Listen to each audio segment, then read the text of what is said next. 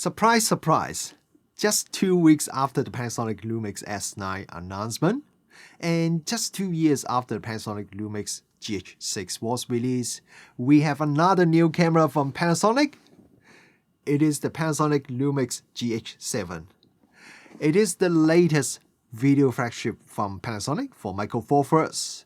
While the camera may look just like the GH6 from the outside, but it actually comes with many changes and improvements, and there are some very important new features as well.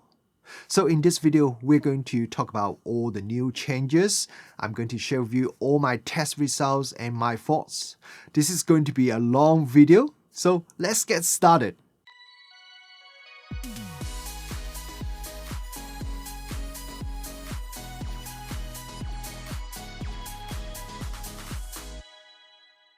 Before we start the review, I want to mention a few things first.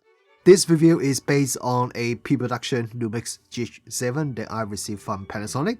I need to return the camera after this review. The camera is running pre-production firmware. If you have watched the official promotion video from Panasonic for the GH7, you may see my face in some of the clips.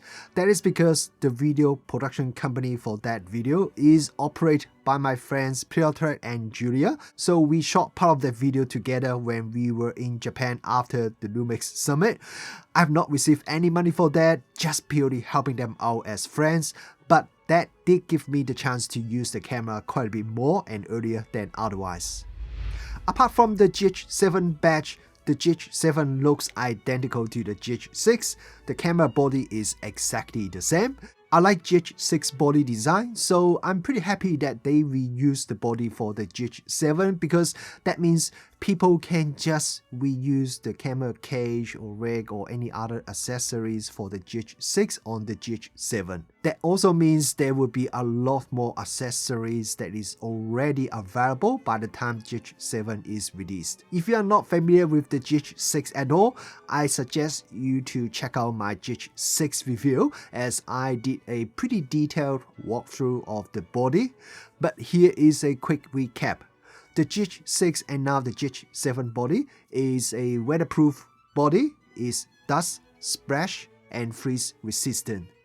It's not a small body at all. Actually, the size is bigger than a lot of full-frame cameras in the market.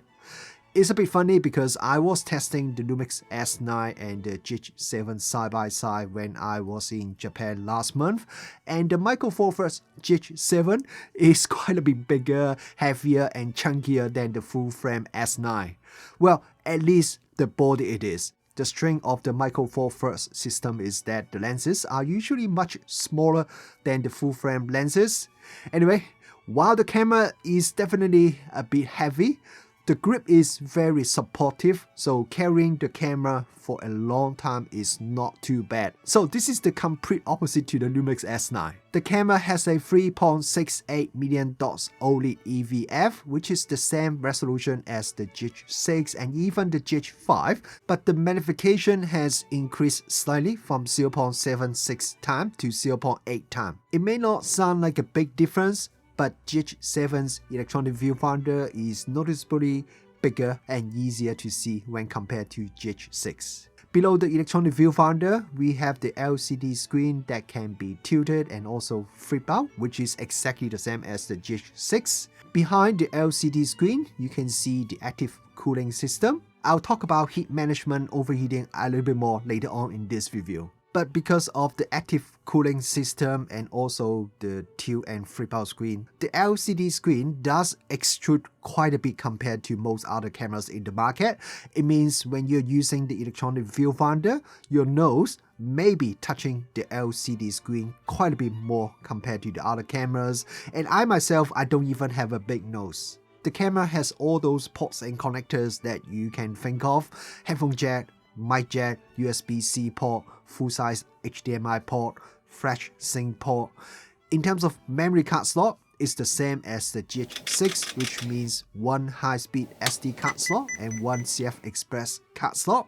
And because you could also connect a SSD drive to the camera using its USB port, so virtually you have 3 different ways to save your media. You can use the dual memory card slot to do in-camera recording, or you can use the external SSD drive as the external recording device.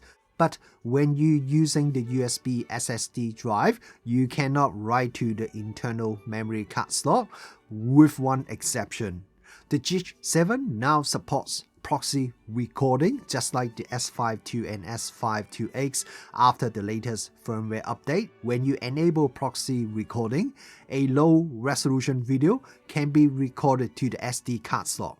So you can record the normal high resolution video to the CF Express card slot or externally to the SSD drive, and at the same time you can have a small proxy video recorded to the SD card slot. So this is the only time that you can write to both the external SSD drive and the internal card slot at the same time.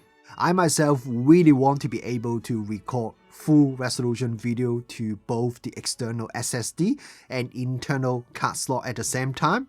The reason is that the GH7 can record in many different video formats, from the normal MP4 MPV to ProRes, ProRes HQ, and even ProRes RAW and ProRes RAW HQ.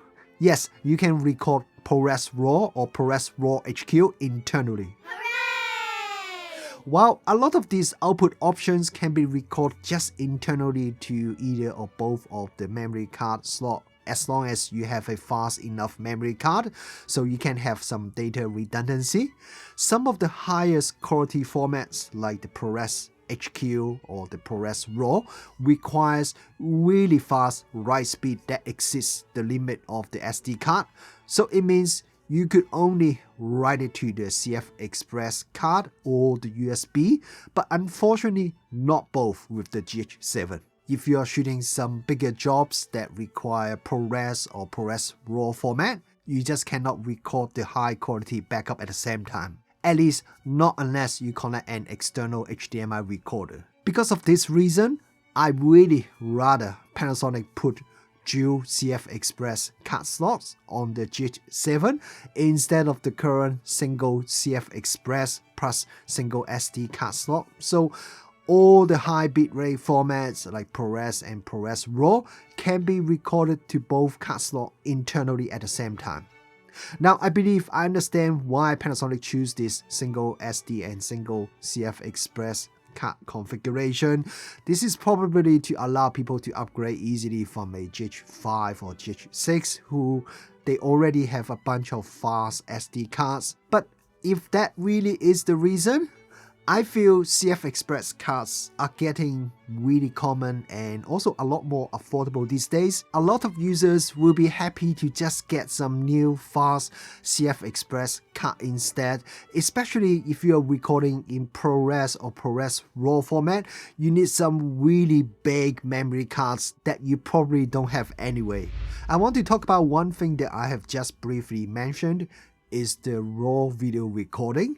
Lumix GH7 supports internal ProRes RAW HQ and ProRes RAW video recording. For people who want the highest quality video output with most flexibility in post-processing, including things like adjusting white balance and don't want any baking, noise reduction or sharpening, RAW video recording is really the ultimate goal. Many Lumix cameras in the past allows you to record ProRes RAW video, but you have to use an external HDMI recorder. I rarely do that myself, even though I have the Atomos Ninja 5. The reason is that not only I have to mount the big HDMI recording device to the hot shoe mount or the camera cage, I need to connect HDMI cable, but I also need to have a big and heavy external battery attached to the Ninja 5. Actually, every time when I go out and want to do some ProRes RAW recording, I have to carry multiple of those large MPF battery because the battery just doesn't last very long when I'm doing ProRes RAW recording. So if I want to do ProRes RAW recording with the previous Lumix cameras, my camera just becomes really big and top heavy and very hard to carry around. And this is even worse when I'm traveling, because not only I have to bring all those, including the big batteries, I have to bring a charger for the NPF battery as well. So that's the reason why I very rarely do ProRes RAW recording with the other cameras. But now with the Lumix GH7, you can record RAW video in ProRes RAW HQ or ProRes RAW format, either internally to the CF Express card or directly to a SSD drive using the USB connection. Both options are so much easier than having to use an external recorder. The GH7 can record in ProRes RAW or ProRes RAW HQ in either 5.7K, 17:9 aspect ratio up to 30 frames per second, or Cinema 4K up to 60 frames per second. Now, since RAW video is basically capturing the sensor output without any additional processing, so the Cinema 4K ProRes RAW output is from the crop center area of the sensor. There's approximately a 1.4 times crop. So if you want to record your ProRes RAW video using the biggest sensor area, you should be recording in 5.7K. However, 5.7K can only goes up to 30 frames per second, while Cinema 4K ProRes RAW can go up to 60 frames per second. Now, while having ProRes RAW internal recording or SSD recording without having to use an external recorder is definitely great, as it gives you the best image quality and gives you more flexibility in editing. But ProRes RAW is not a magic bullet for everything. In fact, I think most people probably would not be shooting regularly in ProRes RAW at all, and there are a few reasons for that. The first one is the huge file size. The data rate for the GH7's 5.7K ProRes RAW HQ is 4.2 gigabit per second, which is around 32 gigabyte per minute. If you compare this to the MOV format 10-bit 5.7K recording, which is only 200 megabit per second, the ProRes RAW HQ is like 21 times larger in size. So if you have a 1TB SSD or CF Express card, you can only record about 30 minutes of 5.7K ProRes RAW HQ output. Even if you choose 5.7K 24p RAW, not the HQ, it is still 2.2 gigabit per second, which means 1TB space can only give you around 1 hour of footage. By the way, I have tested recording with my budget 1TB per gear CF Express card and also the Samsung 2TB T7 Shield SSD. They both works well with the GH7 recording ProRes RAW even when recording in the highest 5.7K RAW HQ setting. But if you're buying a new CF Express card or SSD drive, I would recommend you to check out Panasonic's website, as they have a list of all the CF Express cards and the SSD drive that they have tested and certified they will work well with the GH7. And the second reason why you may not shoot in ProRes RAW format is because RAW is RAW. So all the things like lens profile correction, noise reduction, etc. are not applied when you record in ProRes RAW. So you need to do them all yourself when you are editing. It means you need to spend more time during editing, and the rendering would also take much longer. And depends on what you're shooting and how much post-processing you need to do. The difference between ProRes RAW, ProRes, and MOV may not be really that noticeable, but at least with the GH7, now you have the option to record in any format you want. If you want to go ProRes RAW, you can do that. If you want to go ProRes or MOV, you can also do that. Actually, let's talk a little bit more about the other recording format available on the Panasonic Lumix GH7. So apart from the ProRes RAW HQ and ProRes RAW, the GH7 can also record in ProRes HQ, ProRes, MOV, and MP4 format. MP4 is the most limiting one. It just have some of the most basic recording options. The good thing about MP4 is is compatible with pretty much any video editing or video playback software. For MOV, you can record in either long GOP or all intra, just like the GH6. However, previously with the GH6, MOV recording is 10-bit only. If you need 8-bit, then you need to choose MP4 output. But now with the GH7, there are some new 8-bit MOV recording options for Cinema 4K and 4K at 24, 25, 30, 50 and 60 frames per second. There are actually an insane amount of video recording options available. For example, when I selected NTSC system frequency, then select MOV as the recording file format, there are 12 pages of options available. So there's a total of 67 different recording options for just this particular setup. You can go up to 120 frames per second when recording in MOV format. There is a small drop in dynamic range when recording in 120 frames per second. It is because the dynamic range boost feature is not enabled if you're shooting at above 60 frames per second. If you shoot in 4K 120 at high ISO, the shadow area has a slight magenta tint. I also noticed the maximum ISO if you switch to 4K 120 is only 3200, at least with the default setting. If you enable the extended ISO setting, then you can go up to 12800, but you don't have to do that with the other 4K recording at a lower frame rate. Another thing I noticed is that when shooting in 4K 120, the minimum ISO when shooting in Vlog is only 250 instead of 500. I suspect the reason is related to dynamic range boost is disabled. But other than that, the amount of details captured by the 4K 120 footage is the same as say 4K 30 or 4K 60. And if you're shooting at lower ISO, then you may not really notice any difference. The 4K 120 footage is just beautiful. Actually, video captured by the GH6 is beautiful. I remember when we were shooting the product video in Japan, I just keep saying how beautiful the footage are, even when we were just reviewing the unedited footage. The colors are really nice and the video is sharp, detailed, just look great. Look at some of this footage that I shot in Japan. I've only applied a Vlog conversion LUT and just slightly adjust the exposure, but otherwise is unedited video and I think they look really nice already. If you shoot in Full HD, you can go up to 240 frames per second, just like 4K. At 120 frames per second, the shadow area has some magenta tint, presumably because dynamic range boost is disabled. At 240 frames per second, the video is not quite as sharp and detailed. There appears to be some pixel skipping or something similar happens to improve the sensor readout speed to allow 240 frames per second readout. If you shoot in variable frame rate, you can go up to maximum 300 frames per second. Image quality at 300 frames per second appears to be the same as 240 frames per second, but you won't have autofocus when shooting in variable frame rate.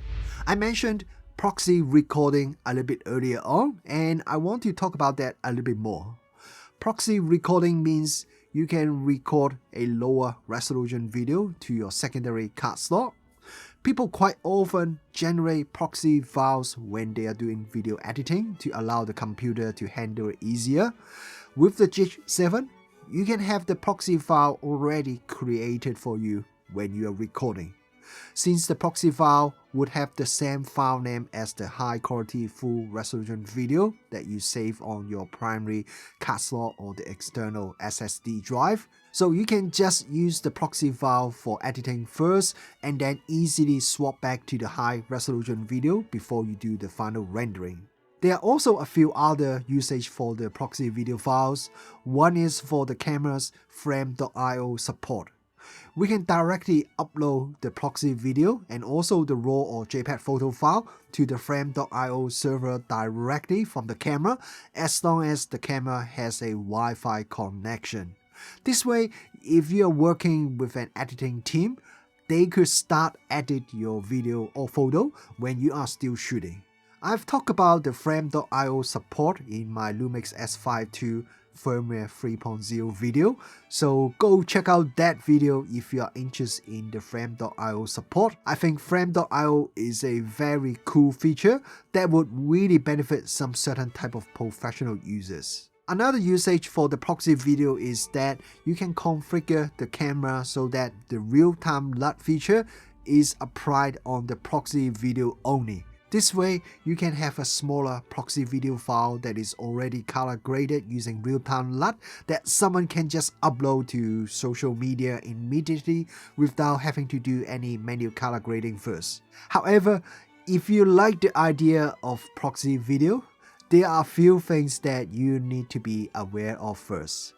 When you are generating the proxy video, the second card slot cannot record the full resolution video at the same time. So it means you have to choose whether your second card slot is used to save a backup copy of the high resolution, high quality video or a small proxy file. You cannot have both. The proxy video output is always fixed at 16:9, so if your primary recording is 17:9 Cinema 4K, then the camera will add a black bar to the top and bottom of the video. You cannot enable video proxy when recording in resolution higher than Cinema 4K or 4:3 or 3:2 aspect ratio, or shooting at high frame rate like 120 frames per second.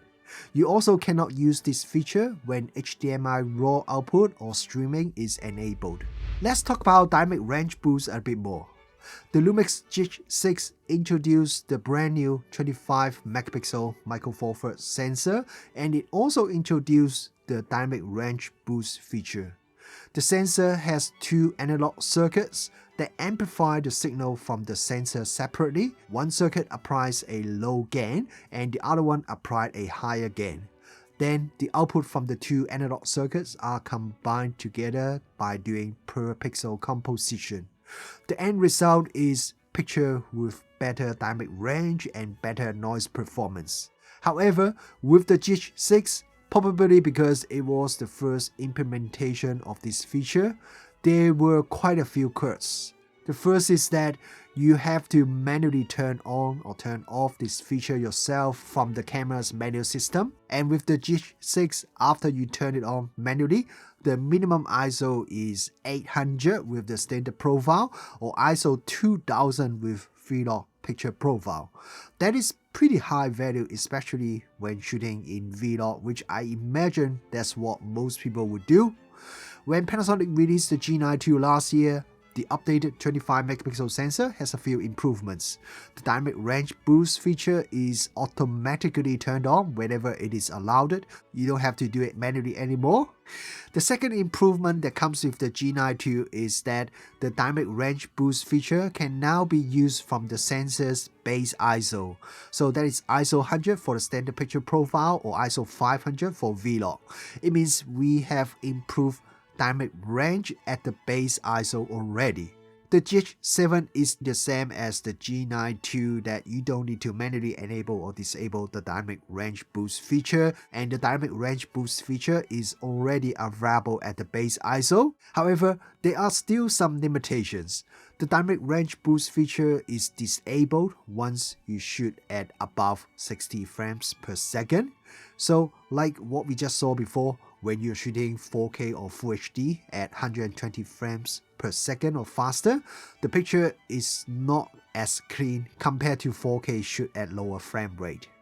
I'm not doing too many image quality tests in this review, and the reason is because I believe GH7's sensor is the same as the G9 II, which I have already done a lot of testing in my G9 II review, and I found that sensor is very good, very comparable even to some of the latest APS-C cameras in the market. So anyway, if you're interested in finding out more about the image quality of the GH7, I would suggest you to check out my G9 II review after finish watching this one. GH7's predecessor GH6 uses DFD contrast-based autofocus. The video continuous focus was improved compared to the previous Lumix cameras. However, at that time, the market is already spoiled by what a great PDAF face detection autofocus system can do. So even though GH6 DFD autofocus system can match the performance of PDAF face detection autofocus system in some conditions, the market clearly wants more. A year after GH6 was released, Panasonic released the Lumix S5 II and S5 IIX, the first Lumix mirrorless camera that use hybrid autofocus system that has PDAF. And the S5 II's continuous autofocus performance is really good. I won't call it class leading, but it's definitely very comparable with the best Sony and Canon cameras. From that onwards, all the new Lumix cameras have PDAF for autofocus. The G9 II, the recent S9 all has PDAF. I personally think that is one of the reasons why the GH7 is released so fast.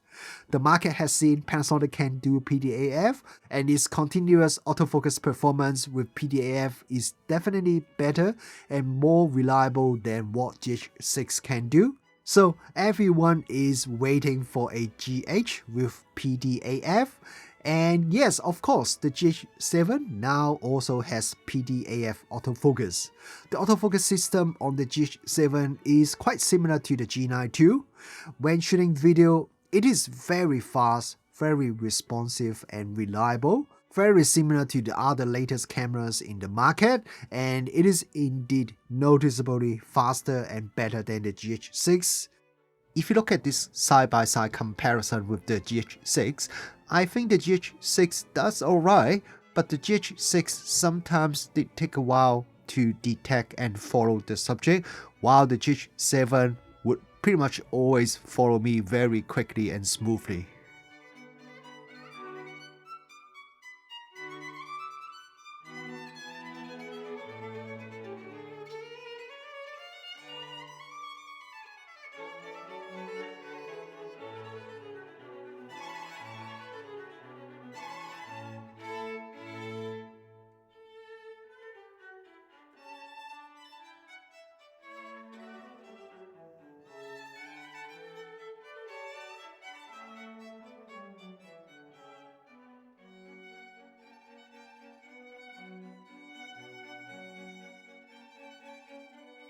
We have human and animal detection, also car and motorcycle detection. But the GH7 now also has the new train and airplane detection, which I'm sure a lot of people would be very happy about it, as I have seen a lot of people requesting train and plane detection. And all these different subject detection mode also has the option for you to fine-tune which part of the subject that you want to detect. For example, animals, you can have it detect the eyes, and for motorcycle, you can detect the whole motorcycle or prioritize on the rider. I've done a lot of subject detection tests on various latest Lumix cameras like the G9 II and the S5 II with the latest 3.0 firmware, and they all work quite well. So I didn't do a very extensive test again this time with the GH7, but I did a bit of test of the new train and plane detection, and they all seem to work quite well. However, I do wonder if some of these detection options are really useful in real world, especially for Micro Four Thirds camera, which usually doesn't have that super shallow depth of field. For example, the train detection, you have the option to detect the first car of the train or the main feature, which I believe is the front of the train. So unless you are shooting at very close distance, otherwise I imagine the result would be pretty much the same. One thing I saw some S5 II user complain was that when they are using human detection, when there are other people in the scene, then the camera quite easily will lose track of the main subject and track another human instead. That was especially when S5 II was running its initial firmware. So this time with the GH7, I did quite a bit of testing, including the day when we went to Asakusa in Tokyo. The street there was super busy that day. There are thousands of people on the street, but the camera managed to keep track of my subject even when there are so many people walking around. The only time that it drift to someone else is when my subject was blocked by another person. Then the autofocus could start follow another person, or sometimes it does get back to my subject once he becomes visible. Either way, I think that is acceptable.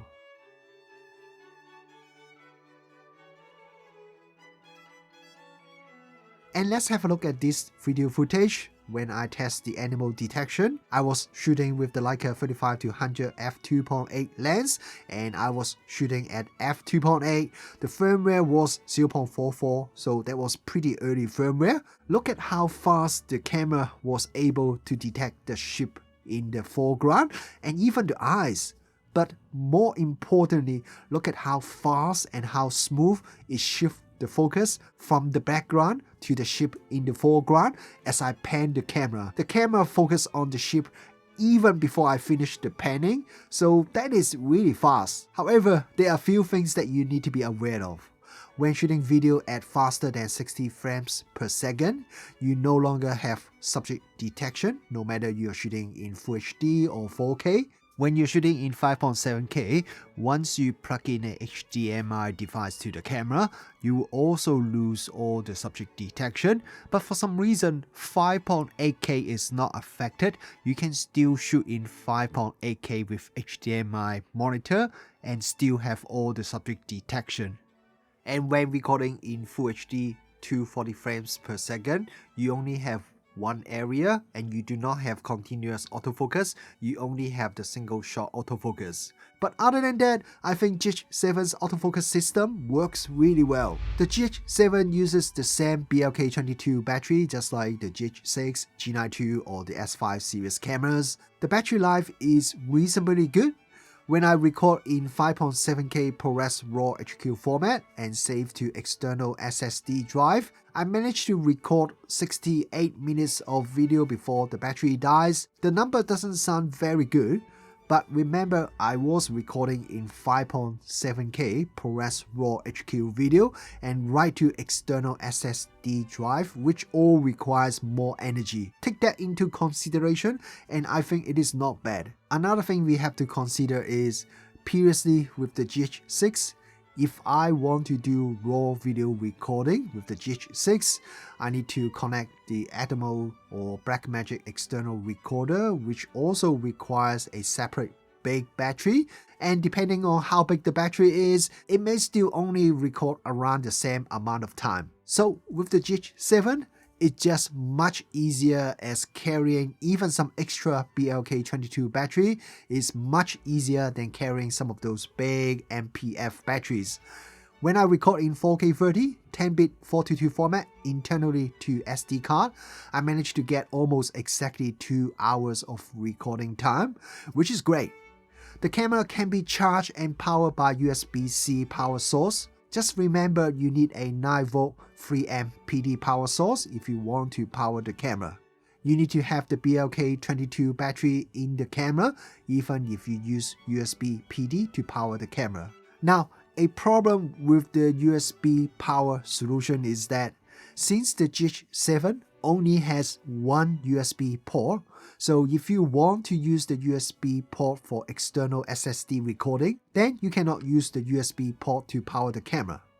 Good news is, while Panasonic hasn't added another USB port, they are releasing a new dummy battery for the GH7 which takes USB power. So with this new USB dummy battery, you can power the camera using a USB power supply and still use the camera's USB port for external recording. Panasonic has not sent me a sample of this dummy battery to review, but I don't imagine there will be any surprise because it's just a dummy battery. The only downside that I can see with this dummy battery power solution is that you don't have an internal battery in the camera anymore. So that means if you accidentally remove the USB power from the dummy battery, then the camera will lose power immediately. So you have to be careful with your USB power source when you use this dummy battery solution.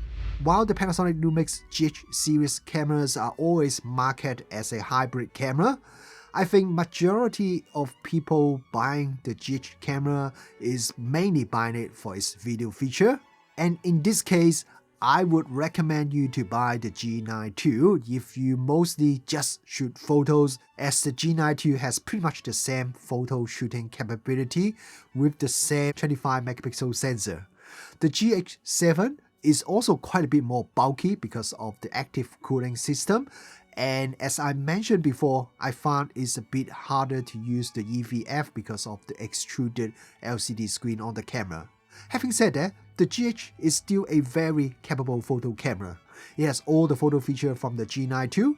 Panasonic rates the mechanical shutter in the GH7 to 200K actuations. It has a big photo buffer.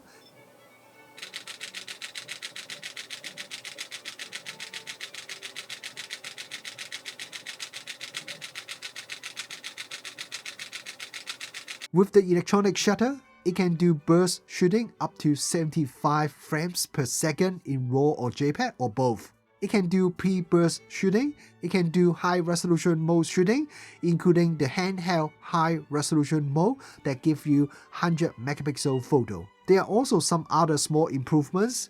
For example, there is a new XS resolution for JPEG output, which is around full HD size that is designed for displaying on HD TV or social media. Now keep in mind, Lumix RAW file is always full size, full resolution, no matter what output size for JPEG or aspect ratio that you choose. The RAW file is still the full size one, which is around 40 megabyte on average. I personally would like to see the option to have a lower resolution RAW output like some other brands, but since GH7's 25 megapixel resolution isn't really huge anyway, so it's more like a nice to have feature. Maybe one day when there is a new high resolution Lumix camera, that's when I really like to see a small RAW file. Since GH7's photo mode feature is almost identical to the G9 II, so I would suggest you to check out my G9 II review, which I've done a lot of testings and found out all the great things and limitations about the camera's photo shooting capability. On this channel, I've previously done a video that talked about the HDMI latency issue with the Lumix cameras. So what is HDMI latency? Now, if you look at this setup that I have the GH7 recording a latency test video made by Nick Driftwood. I'll put a link to his video below if you're interested in doing a test yourself. I connected my Atomos Ninja 5 as an external monitor to GH7's HDMI output. Now look at the Pac-Man on all the three different screens. In an ideal world with no latency at all the three screens would display the Pac-Man at the identical position at the same time. But look at the Pac-Man on the GH7 screen. It is lagging slightly behind the computer screen, and the Pac-Man on the external monitor screen is also lagging behind the GH7 screen. These are caused by the latency of each component of the system, the camera's processing, the monitor's latency, and the latency of the camera's HDMI output. The more components your system have, the more latency you will have. So if you measure the difference in the timing of each screen, then you can find out the latency of the different part of the system. I've done some testing comparing the GH6 and GH7. My results show that GH7 has lower HDMI latency than the GH6. The latency is noticeably better in all my three 4K video tests: 4K 24, 4K 60, and 4K 120. 4K 24 HDMI latency reduced from 175 millisecond to 123 millisecond. 4K 60 reduced from 73 millisecond to 59 millisecond. 4K 120 reduced from 72 millisecond to 59 millisecond. So it's around 20% lower. But remember, this number includes the external monitor's own latency as well, so it's a combination of GH7's HDMI latency plus Atomos Ninja 5 latency, which to be fair is very minimal. Now, because there are quantization errors in my test, so the numbers that I just told you are just rough numbers. They are not 100% accurate. But the 20% or so decrease in latency time from all the three tests suggests the GH7 has some noticeable improvements in this area. As I mentioned in my previous HDMI latency issue video, you can lower the HDMI latency if you disable the audio output from the HDMI. This is the same for the GH7 as well. You can get some significant improvement if you disable the HDMI audio output on the GH7. However, when I compare GH7 with GH6, both cameras with the HDMI audio output disabled, the latency seems to be identical between these two cameras. And for the GH7, when recording at 4K 60 and 4K 120, the latency appears to be identical no matter the HDMI audio is enabled or not. This is still a good news though, because the HDMI latency is already pretty good on the GH6 if you disable the HDMI audio output. The problem was that some users cannot do that because they need the HDMI audio. So if you are one of those users that need HDMI audio, you will now have improved HDMI latency with the GH7. However, it seems Lumix still have some room for improvement. When I compare the GH7 with my A7CR, the A7CR still has lower latency the number compared to the GH7 using the same configuration. The difference is small at 4K 60, but at 4K 24, the Sony has noticeably lower latency. Okay, now we are about halfway through this review. I just want to say that creating an in-depth technical review like this really takes a lot of time. It may not seem like it, but just this HDMI latency test, I have spent 3 evenings doing the test, checking results, test again as I'm trying to make sure my results are correct and trying to optimize my test procedures and keep everything consistent.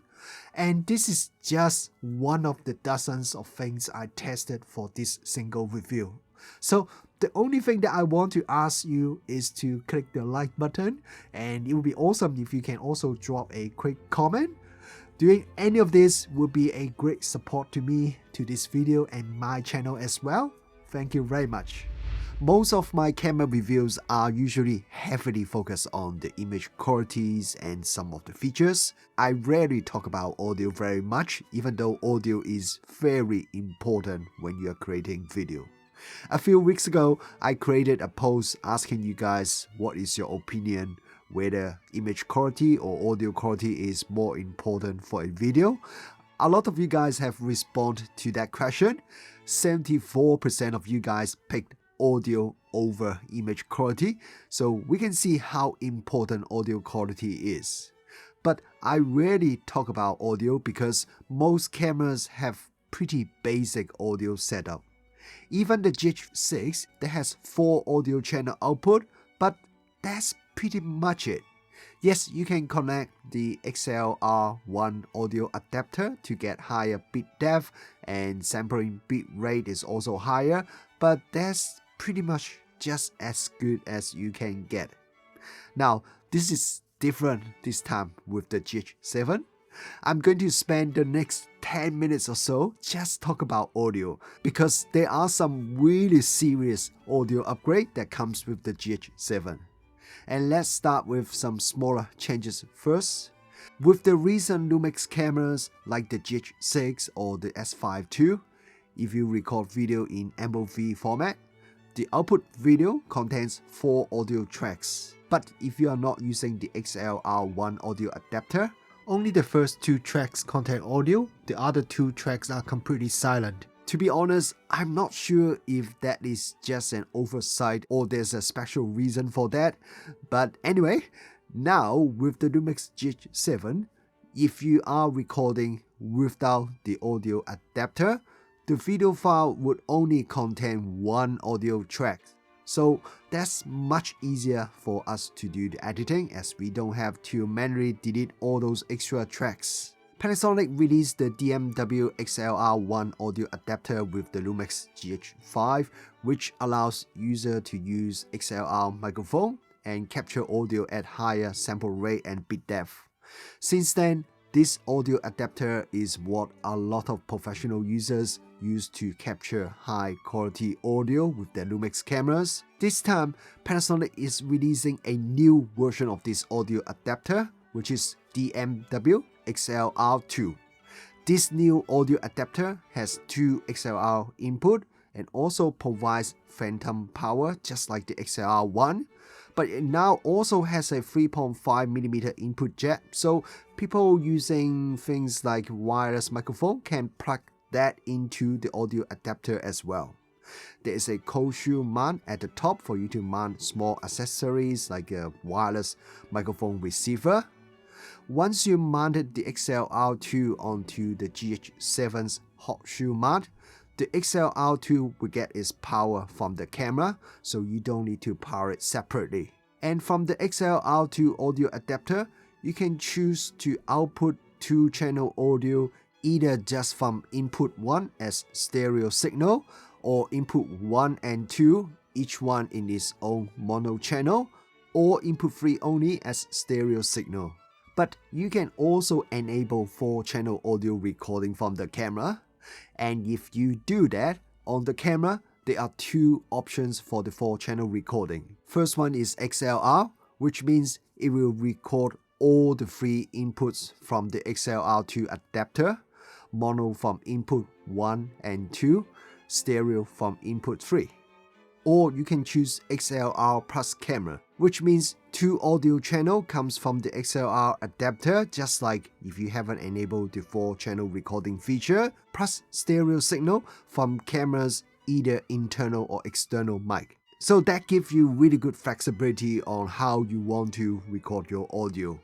And just like the XLR1, with the XLR2, you can record audio up to 96 kHz 24-bit linear format, which allows you to capture higher quality audio. But to be honest, even when capturing in the lowest setting 48 kHz, the audio captured using the XLR2 is way cleaner than just using the camera itself. It's because the preamp on the XLR2 is just much better quality. So here is some comparison audio that I record using the GH7. One is with the XLR2 connected and one is just using the camera itself. I'm now recording this audio clip using GH7, the microphone directly plugged into the camera. The audio quality is 48 kHz 24-bit. I'm now recording this audio clip using the GH7 with the XLR2 adapter. Microphone is plugged into the XLR2 adapter. Audio quality is 48 kHz 24-bit. As you can hear, there is really quite a big difference in terms of audio quality. The XLR2 also comes with a microphone holder for you to mount your microphone. This is because Panasonic has received feedback from XLR1 user saying they want an easy way to mount their microphone onto the audio adapter. However, I did find this microphone holder has quite a large internal diameter. What I mean is, if your microphone doesn't have a very large diameter, like the Synco D2 microphone that I usually use here in my studio, then the holder cannot really mount the microphone very securely. But there are easy solutions though. I bought a cheap rubber or is it plastic spacer for the microphone for just a few dollars, and now my microphone fits perfectly onto the holder. But yeah, if you have a smaller microphone like my one, then you probably would need to buy a spacer like that. Just like the XLR1, there are a bunch of switches and knobs on the XLR2 for you to adjust the audio capture settings. But one of the most important thing is that with the GH7 together, you can now record audio in 32-bit float format instead. If you know what 32-bit float audio is, you will know that this is a huge thing. So what is it and why is it so great? Let's talk about it now. Pretty much all the mirrorless cameras in the market these days capture audio in linear format. Most of them can record audio in 48 kHz with linear 16 or 24-bit bit depth. Basically, the audio level is stored as integer in binary 16 or 24-bit data format. 16-bit means 65,000 different values, and in theory, it can handle 98 decibel dynamic range. 24-bit has almost 17 million possible values. in theory, it can handle 144 dB dynamic range. So it's really not bad. But one very important thing is, if you want the best audio quality, you need to set up the audio gain level correctly. If you set the gain too low, the recorded audio is very soft, so you have to boost it up in post-processing or playback. When you do that, you will find the audio becomes very noisy and low quality. The reason is that when recording in linear format, no matter what the bit depth is, no matter it's 16 or 24 bit, if you set your gain too low, you are only using some of the available bits to record your audio. In other words, a lot of the bits are unused and doesn't contain any actual audio information. The noise floor would be very high. So to minimize noise floor, usually what we do is we want to set the gain high so you can use pretty much all the bits available to minimize noise floor. But if you set the gain too high, you probably know what would happen. The recorded audio would exceed the limit and the audio would be clipped. The audio would sound horrible. It's like if you have blown out highlights in your JPEG or the normal 8-bit video. Once it exceeds the limit, you got some really ugly looking blown out area. Yes, there are tools that help you fix or improve the audio when you set the gain too low or too high, but they are all like band-aid solution. No one really wants to set the gain incorrectly. So with the typical 16 or 24-bit linear audio that we use in pretty much all of our cameras these days, set up the gain level correctly is one of the most important things to get the best audio quality. However, unless you have a dedicated person in your team to do that, it's not easy to get it right all the time. You may forget to set it up properly before you start recording, or when the audio level changes during recording, you may not notice it and forgot to adjust the gain. Unlike the picture that you will easily notice on the screen, if the exposure is too dark or too bright, it's just super easy to not notice incorrect audio level when you are recording video. I've done that I don't even know how many times myself, and I'm very sure I'm not alone. Okay, so what is this 32-bit flow and why does it matter? Isn't it just adding another 8-bit to the 24-bit audio? What's so special about it? 32-bit flow is a lot more than just adding 8 bits. The flow data format itself is the most important part. Instead of just storing the audio level as one single integer number in binary format, the 32-bit flow format divides the data into a 1-bit for indicating if it's a positive or negative number, then 8-bit as the exponent, and then followed by 23-bit mantissa. I don't want to go too deep into the math behind it, but you can think of it as 23-bit mantissa is used to store the audio level, similar to the 16-bit or the 24-bit linear format, but the value stored in the mantissa bits is a normalized value. So no matter it's a really low volume or high volume audio, it always uses all the 23-bit mantissa to store the value. So it means you always have 23 bits of precision. Then the 8-bit exponent scales the level stored in the mantissa bits to the actual audio level.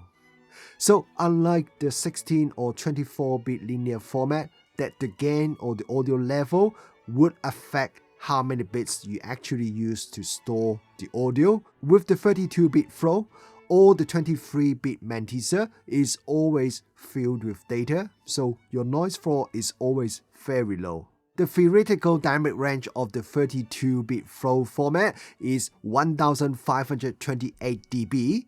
What it means is, when you're recording audio in 32-bit flow format, you don't even need to set the audio gain when you're recording.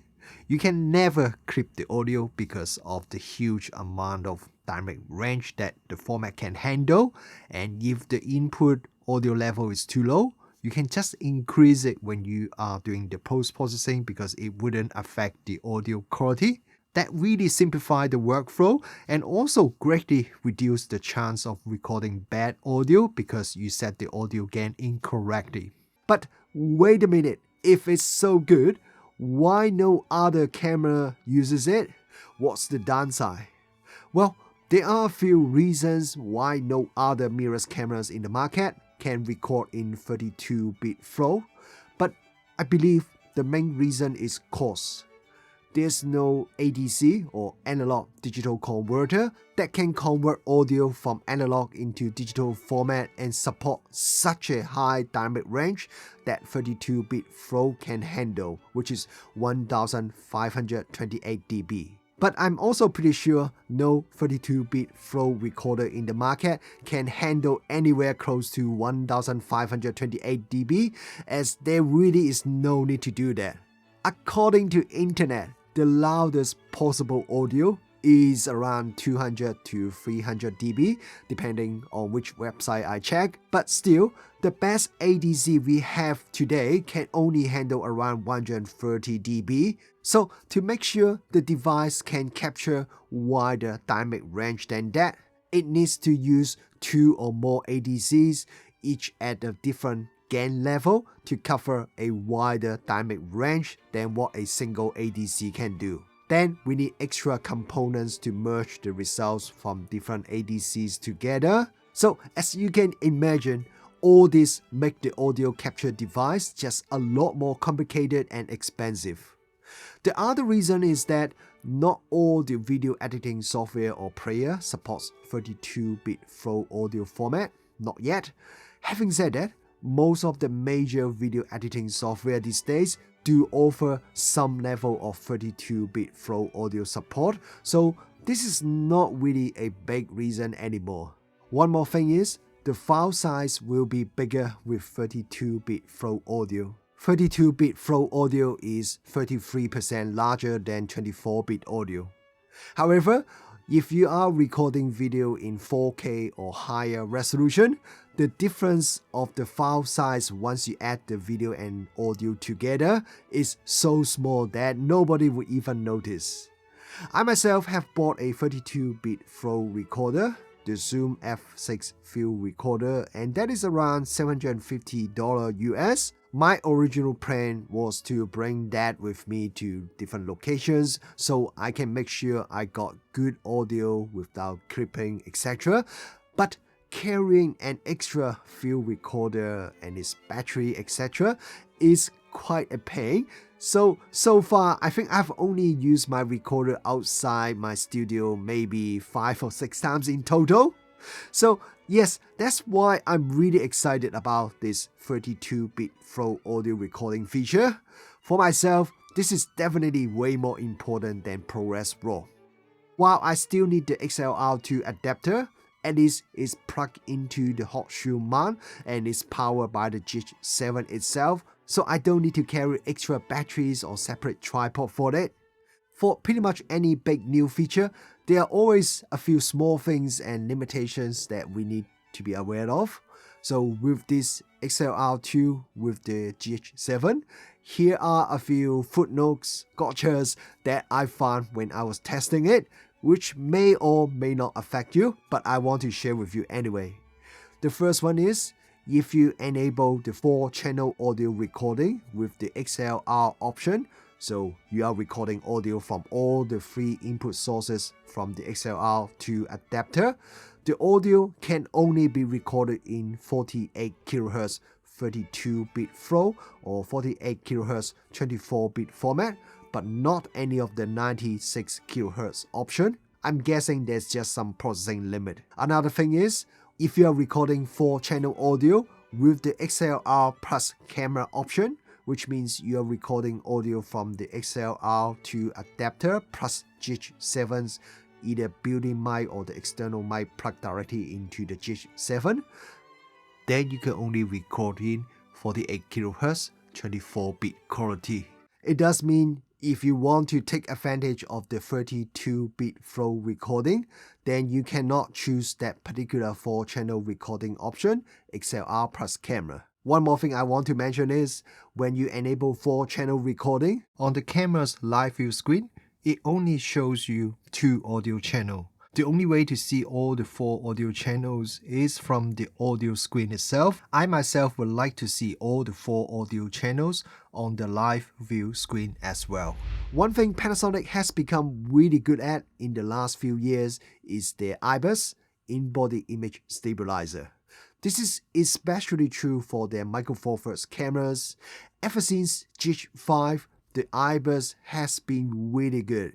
And this time with the GH7, Panasonic said the 5-axis IBIS is CIPA standard rated 7.5 stops effective when they tested at 120mm equivalent focal length. And with DUI-S, it is also 7.5 stops effective but rated at 280mm equivalent focal length. So that is really good. But the number is exactly the same as the GH6, and interestingly, the G9 actually has higher rating at 8 stops. Since most people who want to buy a GH7 will be video shooter, so I did some comparison with a few cameras. First, I compared it with the GH6. At 8mm focal length or 60mm equivalent focal length, both cameras are very similar. Both cameras are very smooth when I'm walking, but if you look at the corner, there is a bit of wobbling. When I start to run, the GH6 is more stable with less amount of shaking. I've done a similar test again at 18mm focal length or 36mm equivalent focal length, and the result is very similar. Now, when I first saw these results, I was a bit surprised because the 2 cameras has the same CIPA rating, so I was expecting the video IBIS performance to be identical or very similar. But while the GH6 result is already really good, the GH7 is noticeably better. So I've actually repeated this test a few times and I got the same result. The footage from the GH7 is just more stable. When I enable the E-Step, electronic stabilization, on both cameras, the result is very similar. When I'm walking, they all look very similar, but when I start running, the GH7 is more stable. It seems the GH7 has also applied the perspective distortion correction, as the corner warping effect is not that obvious on the GH7 now. But the warping remains the same with E-Step on the GH6. With the GH7, I have an extra E-Step high setting. This would apply a much higher crop, which is around 1.3 to 1.4. So the field of view would be noticeably tighter, so you need to use a much wider lens to get the same field of view. With the E-Step high setting, not only the footage is really stable, but the warping effect near the corner is pretty much all gone because of the perspective distortion correction applied by the camera.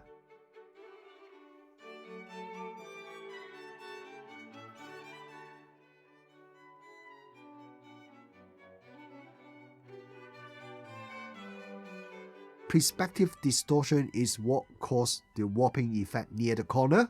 Look at this side-by-side comparison. You can see how the perspective distortion correction removes the warping effect when the camera is shaking up and down. One thing I want to mention is E-Step is done by camera processing the output before writing to the file. So if you are recording in ProRes RAW format, you cannot enable E-Step. It's just like pretty much all the other extra processing like noise reduction. They are all disabled when you are recording in ProRes RAW format. And one more thing, the E-Step itself and the perspective distortion correction are done by shifting and manipulating the image, but it could not actually get rid of the actual motion blur that is recorded by the sensor. This is the same for any electronic image stabilization system, not just the GH7. So if you want the corner to look sharp and nice with E-Step enabled, you could consider increasing the shutter speed slightly. So instead of the typical shooting at 180-degree shutter angle, you can shoot at maybe 90-degree or anything that is slightly faster than 180-degree, and you will find the corner will be sharper in the output video. I then compare the GH7 with the G9 II with the IBIS only at 8mm focal length. I don't really see much difference between these two cameras. I have then done some more comparisons with a few other cameras that I have on my desk, including the Lumix S5 II, Sony a7CR, and the Fujifilm X-H2. The GH7 is easily the winner against all these cameras. I have another video with longer IBIS comparison test footage on my channel, so go have a look if you are interested. Now, I know some of you have questioned in the past about why I did the IBIS test at this focal length and not the other focal length, why using this camera but not the other camera, or why this lens not the other lens, why I test autofocus with this camera or this setup. The truth is, while I do put a lot of thoughts into how I do my tests and try my best to make sure everything is done in the most fair and sensible way and not affected by human error or inconsistency, but the reality is I'm just a single person doing reviews on YouTube. I only have access to limited gear.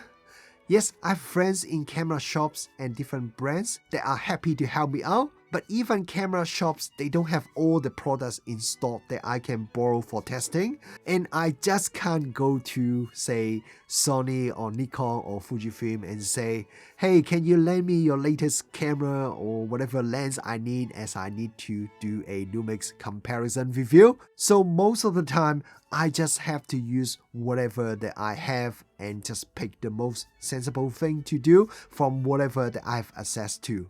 And another thing is, some of these test results that I present to you may only look like a minute or two in the review, but I may actually need to spend many hours and sometimes even many days to do the testing, as I want to make sure I make as little mistake as possible. So a lot of time I will retest the same thing again and again to make sure the result I present to you is as accurate as possible. What it means is, while you may think, why I didn't test something with this setting, why Richard didn't mention the Lumix S5 II doesn't use PDAF at Full HD at 60 frames per second full frame mode, the simple truth is, even if I have, say, a whole month to do a review, I can still only do so many tests by myself. So I can only test the things that I feel affect most people, and I do quite often miss things. So I always say, don't just watch one or two reviews and just trust whatever that person say. Go check out multiple reviews, especially from people like Gordon Ling, who you know are trustworthy, and see what they say. And if you see some other reviewers say something that is very different to what I said or show different results, feel free to come back here and ask me. I will try to see if I have made a mistake or missed something, because even though I always try to double and triple check everything I said in my review, I'm still a human and I still make mistakes, and I made all of them in the past. Sorry about a bit of rant, but I just want to let you guys understand the difficulty that reviewer, not just myself, but all the reviewers would have. On a similar topic, I heard some users say the Lumix camera's IBIS performance is not quite as good when shooting in open gate mode. Again, this is something that I have never really talked about or mentioned in my previous reviews. While I do shoot in open gate mode myself, I've never done any side-by-side testing in open gate mode, and if you are my regular viewer, you know that I usually love to do some control testing before I say anything. So this time I did some testing against the G9 II, which when I test in 4K, I didn't notice any difference between the G9 II and the GH7, so I used the G9 II as a benchmark, with the G9 II set to record in 4K and the GH7 record in 5.8K open gate. This is my comparison video. I've watched this video clip about a dozen times. If you ask me, I don't really see much difference between the video from these two cameras, but maybe you can tell me what you think in the comment section below. Panasonic has always been really cautious about their heat management, as you have probably seen recently with the Lumix S9, with the really short amount of limit that they set in various recording mode, even though the camera can actually record for a much longer time before it would overheat. And now with the GH7, it has an active cooling system just like the GH6, and I've done some testing here in my studio. With the room temperature at around 18 degrees Celsius, which is about 64 degrees Fahrenheit, I connect a 2TB Samsung SSD drive to the USB port of the GH7 and record in 5.7K ProRes RAW HQ, so that's the highest possible recording quality. Fan is set to Auto 2, which is the default setting. I did the test when the camera was still running very early 0.44 firmware. After 1 hour of recording, the back of the camera is still around 35 degrees Celsius, so around 95 degrees Fahrenheit. I noticed the temperature did reach 40 degrees Celsius at one point, but I think then the cooling fan just kicked in harder, and then the temperature dropped down to around 35 degrees Celsius. When I did the battery life test, recording internally 4K 30, after 2 hours, the temperature was still around 35 degrees Celsius. Now, to be honest, the room temperature isn't that high or challenging in my studio, but even when I was using the camera in Japan last month, one of the day was around 30 degrees Celsius, so it was around 86 degrees Fahrenheit with very harsh sunlight pretty much the whole day, and both of the GH7 that we were using have no sign of overheating at all, not even seeing the temperature warning sign once. And we were recording in 5.7K, 5.8K, and all the different high quality output. So yeah, I think unless you live next to an active volcano or recording inside a giant oven, you really shouldn't have any issue with overheating. With the Lumix GH6, when you are shooting under some certain condition, there could be a streaking issue which results in horizontal pattern appear on the screen. This is again something that I completely missed when I did my Lumix GH6 review, and the reason is like what I mentioned before, it's just not really noticeable at all under most shooting conditions. For it to become very obvious, first the scene need to be very high contrast. You need to have a uniform dark area for the streaking issue to be visible, and the high contrast area also need to have sharp, high contrast horizontal line. And you need to shoot with dynamic range boost turned off. So it's kind of like if you have a perfect storm, then you could see that. Now look at this special test scene I set up. The streaking issue is really visible.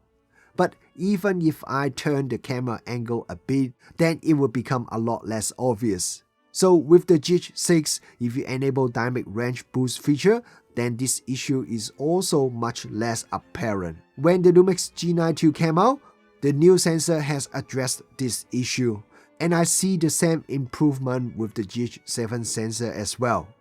There is no noticeable streaking issue under most shooting conditions. Even with this really challenging scene I set up, I can only see very minor streaking issue. So for me to see if this remaining minor issue is something that Panasonic could still improve, I've tested a few other cameras with this exact same setup, and every single camera that I test would also shows a little bit of streaking issue. For example, the Sony a7CR, you can see similar amount of streaking issue compared to the GH7. My Fujifilm X-H2 is similar as well. So the GH7 is just as good or as bad as any other camera that I've tested when it comes to streaking issue, so it is no longer a real concern anymore. One more thing is, with the GH6, the streaking issue is more noticeable when the dynamic range boost feature is disabled. But with the GH7, we cannot manually enable or disable the dynamic range boost feature. But if I shoot at 4K 120, which I know it means dynamic range boost feature is disabled automatically, the streaking issue is still at very minimal level. Pretty much just like when I'm shooting at normal frame rate with the dynamic range boost feature enabled. So it means it is much better than the GH6 because with the GH6, when you shoot at 4K 120 or any settings that dynamic range boost is not enabled, streaking issue could be really noticeable with a very high contrast scene. There's a new feature called crop zoom that is available on the GH7. This feature is available for both the photo and video mode. In photo mode, it is basically a digital zoom. This feature only applies to the JPEG file and is virtually the same as if you just take a full-size JPEG file and just crop it in Photoshop or other editing software. The benefit is just you can get it already cropped straight out of camera. So personally, I don't think it is a really useful feature. In video mode, it is better because if you are shooting in 4K or Full HD resolution, the sensor actually has more resolution than 4K or Full HD. So with this feature, you're using button, then you can zoom in digitally to give you longer reach without affecting your image quality too much. The recently released Lumix S9 also has this crop zoom feature, but one thing that the S9 has the GH7 doesn't have is the hybrid zoom feature, which basically combines the optical zoom with the digital zoom very seamlessly. So this is a feature I really like on the S9. Unfortunately, this is not available on the GH7. The next two things I want to talk about are two separate features, but they do overlap quite a bit, so I thought the easiest way is to talk about them together. It is the real-time LUT feature and also the brand new Lumix Lab app. Panasonic introduced the real-time LUT when they released the S5 II and S5 IIX, and this feature is also later on available when they released the Lumix G9 II. Real-time LUT allows you to use LUT to calibrate your photo or video file in camera. If you are a videographer, you probably already know what LUT is, but if you don't know what it is kind of like a photo preset or filter, and you can use it to adjust the colors, adjust the contrast, the look of your picture or video.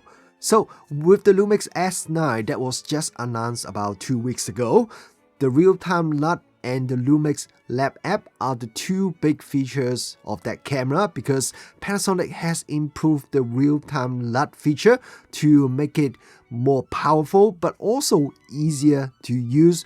They have added a dedicated LUT button on the camera, but more importantly, the new Lumix Lab app, which allows you to easily find, preview, and install LUTs onto your camera. You no longer have to search the internet to find the appropriate LUT yourself.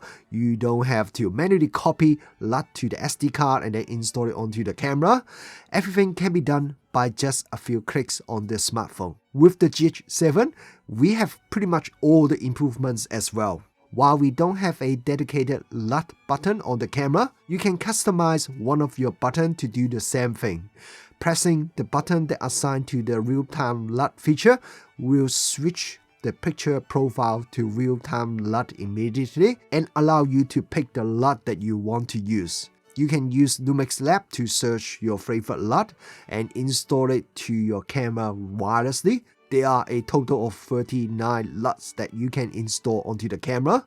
The real-time LUT feature now also allows you to apply 2 LUTs at the same time, and you can adjust the opacity of each LUT separately so you can fine-tune the strength of each LUT. Having the ability to use 2 LUTs at the same time, this can be used many different ways. For example, one LUT can be used as the basic color conversion or correction LUT, and then the second LUT is for artistic color grading, or you can use one LUT to adjust the tone curve and the other LUT to adjust the colors. But no matter how you use it, it just adds a lot of flexibility to the already powerful real-time LUT feature. Here are some photos I shot with the GH7.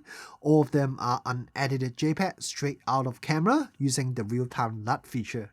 To make it easier for users to set up real-time LUT, the LUT file now also contains extra line of information about the base, picture profile that is designed to use with a particular LUT.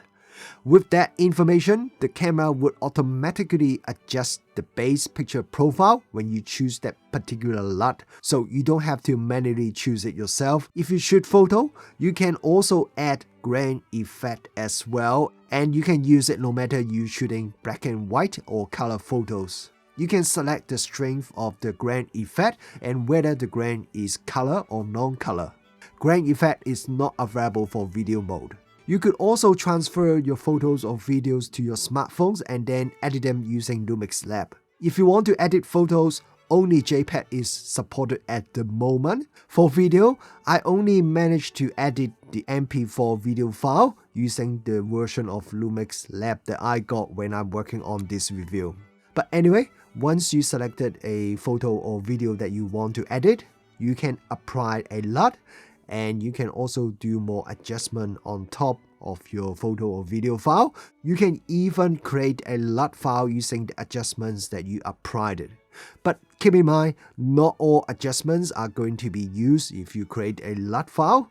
It's because changes like vignetting or grain are not something that LUT can adjust. Basically, only these 5 adjustments and the LUT that you choose are used if you create a new LUT.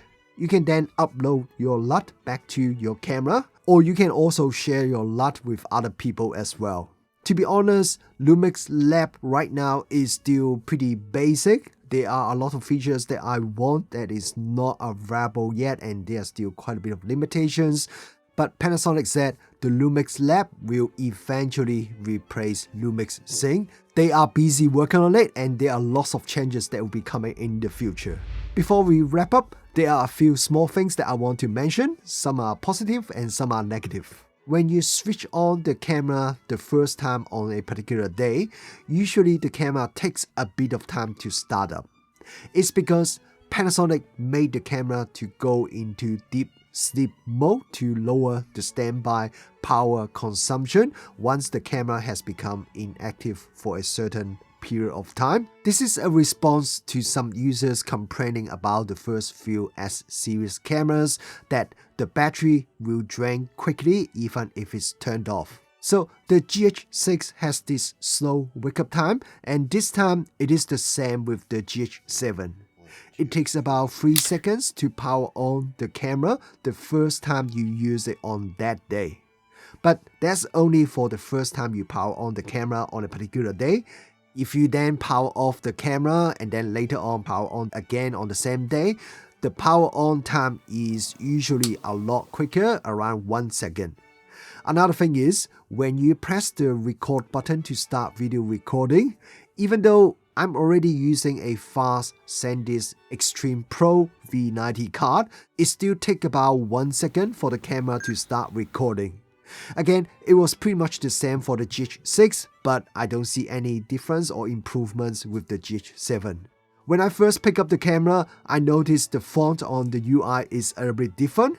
If you look at the bottom of the screen, where the aperture, shutter speed and the ISO value are displayed, the new font seems to be a little bit cleaner and there's a little bit more space. It's quite a subtle change, but if you're someone like me who have been using Lumix cameras for a long time, you will probably notice it straight away. And there's another changes that actually is not discovered by me, but by my friend Piotr. He told me that with the GH7, if you plug in an external monitor and if you go to the HDMI setting and enable the info display setting, now you can see the info display, which is things like aperture, shutter speed, ISO, etc. is displayed on both the external and also on the camera LCD screen. While with all the previous cameras, you can only choose to have all this information displayed either on the external or the camera LCD screen. You can never have it displayed on both, but now with the GH7, you can have it displayed on both screens. Oh, by the way, you really should check out Piotr's YouTube channel as well. He's got some really good GH7 video on his channel. I'll put a link to his channel in the video description below. Okay, so anyway, even though there has been a lot of rumors that say the GH7 is coming, I myself didn't think it is coming so fast because it's only 2 years since the GH6 was launched and Panasonic usually doesn't update the camera so quickly. So when Panasonic told me the GH7 is here, I was actually quite worried. I was worried that it would be basically a GH6 with PDAF because I don't really know what else Panasonic could have done to improve the GH6 apart from autofocus, maybe fixing that streaking issue and add some of the latest feature like the real-time LUT. Now, to be fair, if that's all Panasonic has done, the GH7 is still not a bad camera because the GH6 is still a really good camera after 2 years since release. But surprisingly, Panasonic actually managed to add quite a few big features. ProRes RAW video internal recording is one of the features that many people has been waiting for many years, especially for a camera at this price point and size. And we have the improved IBIS performance, the new improved real-time LUT feature, support for the brand new Lumix Lab app, the new autofocus subject detection. These are all good new improvements, but to me, the biggest improvement is definitely the 32-bit float audio recording using the new XLR2 audio adapter. This is a huge thing because camera companies seems to be neglecting the audio side over the last few years, even though many of us agree that audio quality is just as important as picture quality. I know a lot of filmmakers, video content creators would quite often use a separate field audio recorder to record audio and then sync the audio with the video in post. This works, but that's a lot of extra gears that you have to bring and carry, especially if you work solo or work in a small team. Being able to just record high quality 32-bit float audio directly into the camera is a huge benefit and simplify the workflow a lot. I can also say the similar thing about the internal ProRes recording because you could do that previously with the Lumix camera or a lot of other cameras in the market using an external recorder like the Atomos. But again, this is another piece of equipment that you have to carry separately that also require extra battery and extra storage. Now with the GH7, what you need is just the camera with the XLR2 adapter attached to the hot shoe, and that's all you need to bring. That really make it a lot easier for people who shoot documentary, run and gun style video, or a small team shooting in different locations. It's just much more easier. Now, perfect camera never exists. There are always some kind of compromises. Maybe it's the price, the size, the features, or performance in some certain areas. This time with the Lumix GH7, it is also not perfect. I really wish it has dual CF Express card slots so I can do internal ProRes or ProRes RAW recording with a full quality backup right to the second card slot. And I also wish I can use the USB SSD and the internal card slot at the same time. But these are the only major complaint. Maybe it's more like a wish list that I want for the GH7.